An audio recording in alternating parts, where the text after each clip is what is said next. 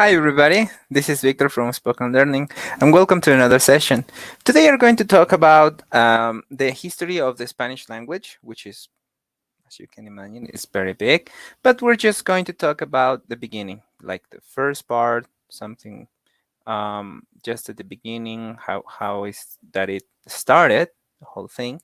And I have a small video that I'm going to show you as well, in which you can listen to how old Spanish used to sound.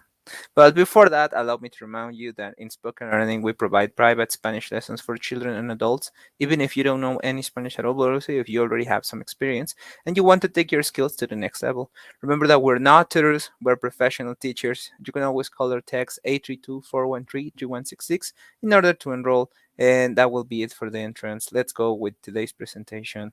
So, let's see. Okay, so this is the history of the Spanish language, la historia del idioma español, parte 1, first part. Ahora, en sus inicios, well, in the beginnings, el euskera era el idioma principal de la península ibérica o Iberia, que fue el nombre que los romanos le pusieron a la península. In the beginnings, euskera or Basque was the language that was the main language of the peninsula, but the Romans obviously they put another name, Iberia, they'll call it. Well, it wasn't the only language, but it was the most important one, even to these days, because Euskera survived to the conquest of the Iberic Peninsula. So that's pretty much it. Why is it still really important Euskera language? And there is a lot of words that you can find from Euskera in Spanish language up to these days. But the Iberic Peninsula was populated by many different people like the Tartessians, Iberians, Etruscans, Phoenicians, Carthaginians, Ligures, Franks, and Bavarians, among many more, each one of them with their own language, culture, and beliefs. As you can see over here, we have in this map, we have the Galaics, the Astures, Cantabros, Vascones, Cerretanos, and more and more and more and more Lusitanos, which later became the Portuguese people, and so on. Okay. While the Romans were conquering the peninsula, most of the local languages were lost. Okay, that is something very common that happens when some people conquer other people, other civilization.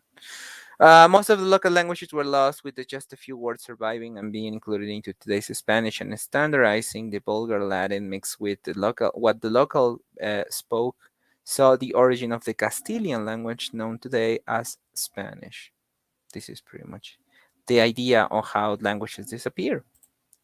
But how does this language sound and like? Well, this is the video that I told you. Let's listen to a few seconds of how this old Spanish used to sound.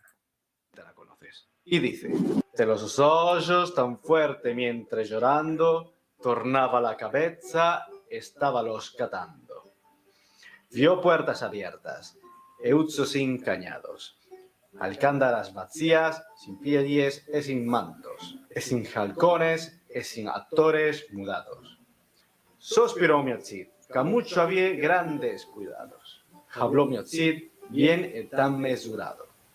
Grado a ti, Señor Padre, que estás en alto. Esto me han vuelto míos enemigos. Okay. That's once again just a small taste of how Old Spanish used to sound like. Now, me as a native Spanish speaker, I can tell you that I understood, like, if I tell you 10 words is too much, it is too much.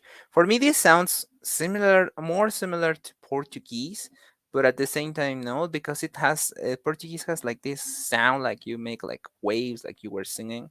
So it sounds like it, but not exactly. Very, very different. So this is how Spanish used to sound in the past, right? Te la conoces. Okay. So, si bien puede parecer negativo la pérdida de tantos idiomas, el alinearse bajo un solo idioma sirvió para que las culturas que habitan la región fueran más cercanas entre sí. Although it might seem negative, by losing so many languages, it was possible to align between each other under one single language, and all the cultures, different cultures, as we can see here, representations of all the different cultures from the past. Um, all of these cultures will be able to align under one single flag, if you want to call it like that. So after all, Spanish becoming the main language of the Iberic Peninsula wasn't a bad thing. Then for the next episode, and well, that will pretty much it for today. And for the next episode, I will talk to you about the second part, which is going to be how the Spanish language changed with the intervention of some others from different places, like the Visigoths and the Arabic people, and how the language evolved once again with the inclusion of of those civilizations into the Spanish language as it is today. How that took it closer to what it is today. That's pretty much it for my part. Thank you so much for your attention. And before I go, allow me to remind you that in Spoken Learning, we provide private Spanish lessons for children and adults. Even if you have no previous knowledge, but you want to take your skills to the next level, or if you want to take your skills to the next level, this is because we're not tutors, we're professional teachers. We're all native Spanish speakers, and we can help you to achieve your goals of speaking Spanish in no time. Remember to follow us on social media. We have all of them: Twitter, Facebook, Instagram.